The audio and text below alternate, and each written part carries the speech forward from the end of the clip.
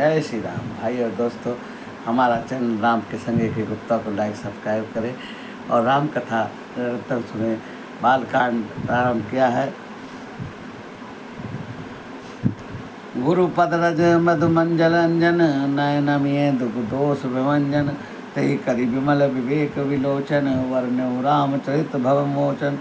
श्री गुरु महाराज जी के चरणों की रज कोमल और सुंदर है, नेत्रों के दोषों को दूर नाश करने वाला है, और उस अंजन से विवेक रूपी नेत्रों को निर्मल करके मैं संसार रूपी बंधन से छूट सकता हूँ। सुनाने वाले रामचरित का वर्णन करता हूँ, ऐसा तुलसीदास जी कहते हैं। वंदे प्रथम महेश्वर चरना, मोह जनित संशय सब हरना, सुजन समाज सकल गुण खानी, करो प्रणाम संचेप सुबानी। मैं पहले पृथ्वी के देवता ब्राह्मणों के चरणों को वंदना करता हूँ, और अज्ञान से उत्पन्न सब संदेहों का हरने वाले सब गुणों की खान संत समाज को प्रेम सहित वंदना प्रणाम करता हूँ। साधु चरित शुभ चरित्र कपासु, निरस विशद गुणमय फल जासु, जो सही दुख परिछद्र दुरावा, वंदनीय जही जग जस पावा। संतों का चरित्र कपास की चरित्र के समान है, जिसका फल नीरस विषाद और गुण में है, और कपास की टोरी नीरस होती है और सतचरित में विषय शक्ति नहीं है, इसीलिए यह विशद है, और कपास में गुण तंतु होते हैं। इस प्रकार संत का चरित्र भी सद्गुणों से सद्गुणों का भंडार होता है, इसलिए गुण में है। और जैसे कपास का धागा सुई की किए हुए छेद को अपना तन देकर ढक देता है, इसी प्रकार संत भी अपनी गुणों को देकर संत स्वयं दुख सहकर दूसरों के छिद्रों को दोषों को ढक देते हैं। मधु मंगल में संत समाजो, जो जग जन्म तीरथ राजो, राम भक्ति जय सुर सरिधारा, सरसई बिरा विचार प्रचारा। संतों का समाज आनंद और कल्याण में है, जगत में चलता फिरता तीरथ प्रयाग है। संत किस प्रकार से बताए हैं कि संत जो हैं वो आनंद और कल्याण में होते हैं, और चलते फिरते तीर्थ राज प्रयाग की तरह होते हैं।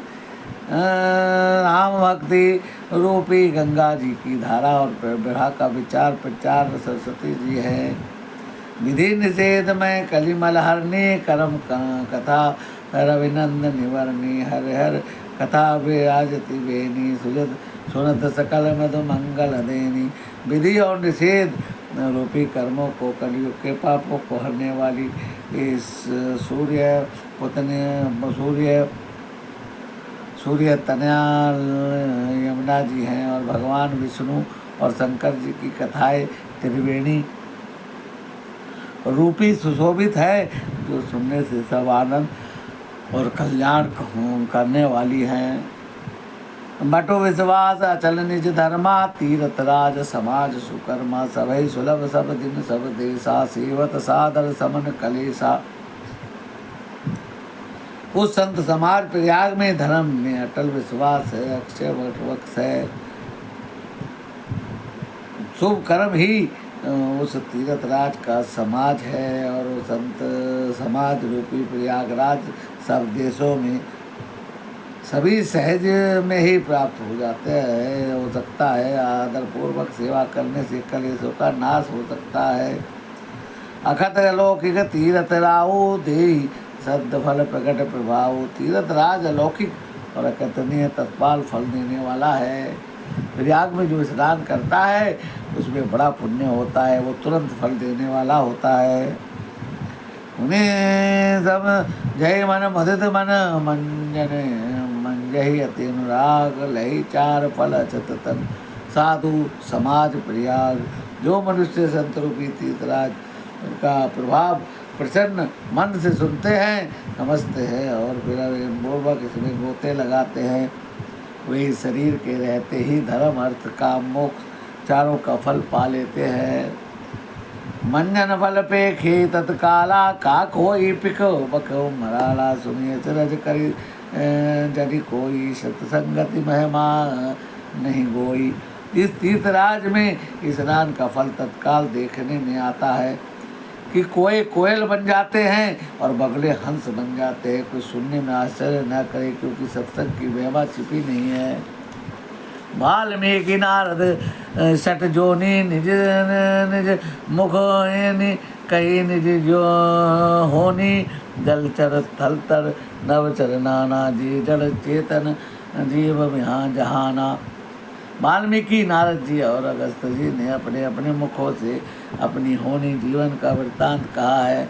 जल में रहने वाले, जमीन पर चलने वाले और आकाश में विचरने वाले नाना प्रकार के जड़ चेतन जितने जीव इस जगत में है, मति कीर्ति गति सुभूति भलाई, जब जही जतन जहाँ जही पाई, जो सो जानव सतसंग प्रभाव लोक वेद आनो पाओ। उनमें से जिसने भी जिस समय जहाँ कहीं भी किसी का यत्न से बुद्धि की सदगति और विभूति भलाई पाई है, सो सब सत्संग का ही प्रभाव समझना चाहिए। वेदों में लोकों में इनकी प्राप्ति दूसरा कोई उपाय नहीं है।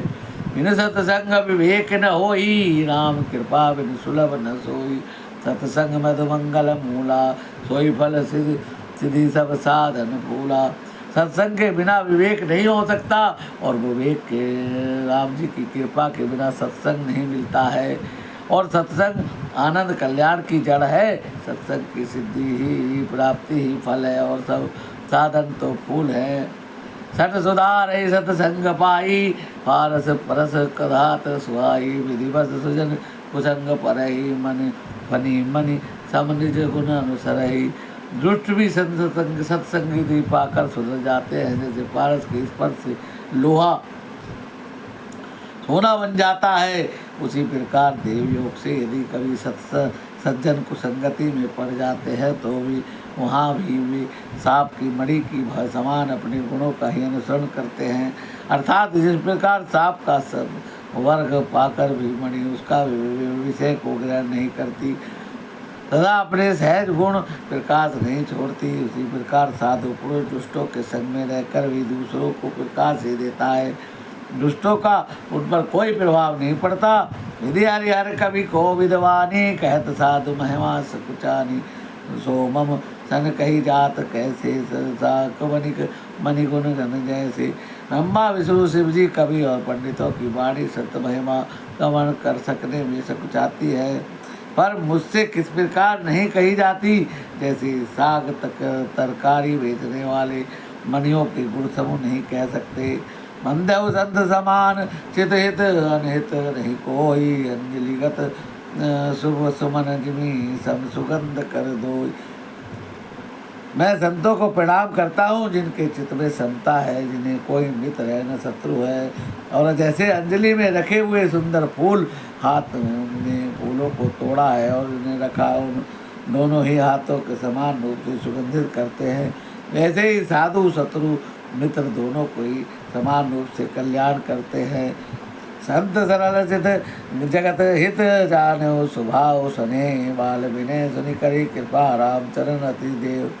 संत सरल हृदय और हित जगत के हितकारी होते हैं। उनके ऐसे स्वभाव इसरे को जानकर मैं विनय करता हूँ। मेरी इस बाल विनय को सुनकर कृपा करे राम जी के चरणों की प्रीति मुझे दे। भाई और दोस्तों, आज की कथा को यही विराम देते हैं। आगे की कथा कल करेंगे। भगवान राम सबका मंगल करे। श्राद्ध पक्ष चल रहा है।